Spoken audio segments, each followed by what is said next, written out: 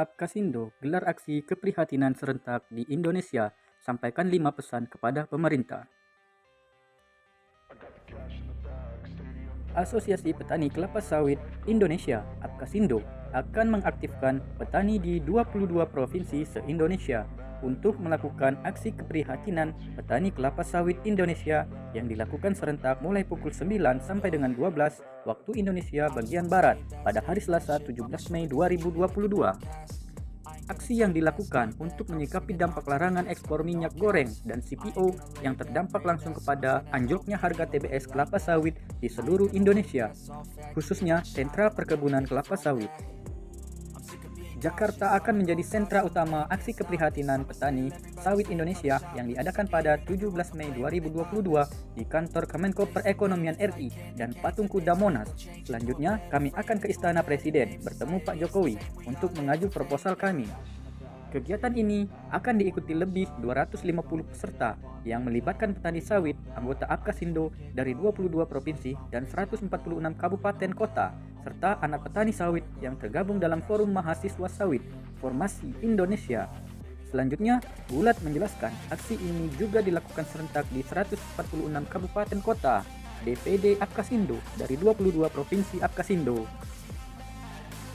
Petani sawit yang datang ke Jakarta, mulai dari Aceh sampai Papua Barat, akan berpakaian adat budaya masing-masing. Kami ingin menunjukkan sawit itu pemersatu bangsa dan anugerah Tuhan kepada Indonesia, ujar Ketua Umum DPP Apkasindo, Asosiasi Petani Kelapa Sawit Indonesia.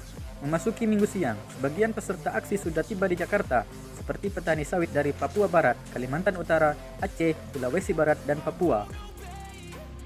Indra Rustandi, Ketua Apkasindo Provinsi Kalimantan Barat, dikonfirmasi sedang dalam perjalanan dari Kabupaten Sintang menuju Pontianak. Total petani dari Kalbar yang ke Jakarta sebanyak 25 orang. Kami sangat bersemangat ke Jakarta, ingin bertemu dengan Pak Jokowi, karena kami melihat kementerian terkait tidak akan mengurus kami petani sawit. Lihat saja Dirjen Perkebunan sudah hampir 2 tahun. Pelaksana tugas, jadi bagaimana kami dapat perhatian? Padahal sangat strategis dan roh ekonomi Indonesia dalam 5 tahun terakhir. Apalagi Menteri Perdagangan yang sudah membuat kami menderita, tutur Indra. Selanjutnya, Gulat mengatakan bahwa saat ini sudah kritis. Dari 1.118 pabrik saat ini di Indonesia, paling tidak 25% telah menghentikan pembelian TBS sawit petani. Ini terjadi setelah harga TBS petani sudah anjlok 40-70% dari penetapan harga disput, dan ini terjadi secara merata sejak larangan ekspor. Tanggal 22 April lalu, dampaknya luar biasa, telah mengganggu sendi-sendi ekonomi petani sawit dan rantai ekonomi nasional. Kami berpacu dengan waktu karena sudah rugi 11,7 triliun rupiah sampai akhir April lalu, termasuk penurunan pendapatan negara melalui biaya keluar. Terkhusus pungutan ekspor di mana sejak Februari sampai April sudah 3,5 triliun per bulannya. Semua masalah ini terjadi sejak adanya gangguan pasokan minyak goreng, sawit, domestik, dan harga MGS yang tergolong mahal, padahal sudah disubsidi, sehingga Presiden Jokowi mengambil kebijakan larangan ekspor CPO dan bahan baku minyak goreng sawit. Namun sangat menarik bagi petani sawit. Oleh karena itu, dalam acara aksi, seru Apkasindo akan menyampaikan 5 pesan kepada pemerintah. Pertama, penyampaian aspirasi kepada Presiden Joko Widodo agar melindungi 16 juta petani sebagai dampak turunnya harga TBS sawit sebesar 70% di 22 provinsi sawit.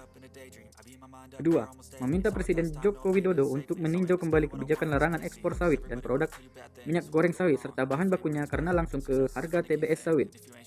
Ketiga, meminta Presiden Jokowi tidak hanya mensubsidi minyak goreng sawit curah, tapi juga minyak goreng sawit kemasan sederhana. Dan untuk menjaga jangan sampai gagal, kami meminta memperkokoh jaringan distribusi minyak goreng sawit khusus yang bersubsidi dengan melibatkan aparat TNI Polri. Keempat, segera pemerintah membuat regulasi yang mempertegas PKS dan pabrik minyak goreng sawit harus 30% dikelola oleh koperasi untuk kebutuhan domestik, biar urusan ekspor diurus oleh perusahaan besar, sehingga kejadian saat ini tidak bersifat musiman.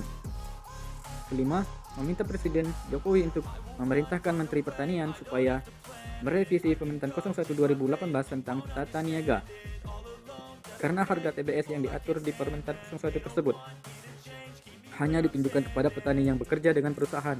Padahal petani dengan perusahaan hanya 7% dari total luas perkebunan sawit rakyat. Oke, demikian untuk informasi yang kita dapat dari sawitindonesia.com. Terima kasih sudah menyaksikan video ini. Sampai jumpa di video-video selanjutnya. Jangan lupa like, comment, share, dan subscribe. Bye-bye.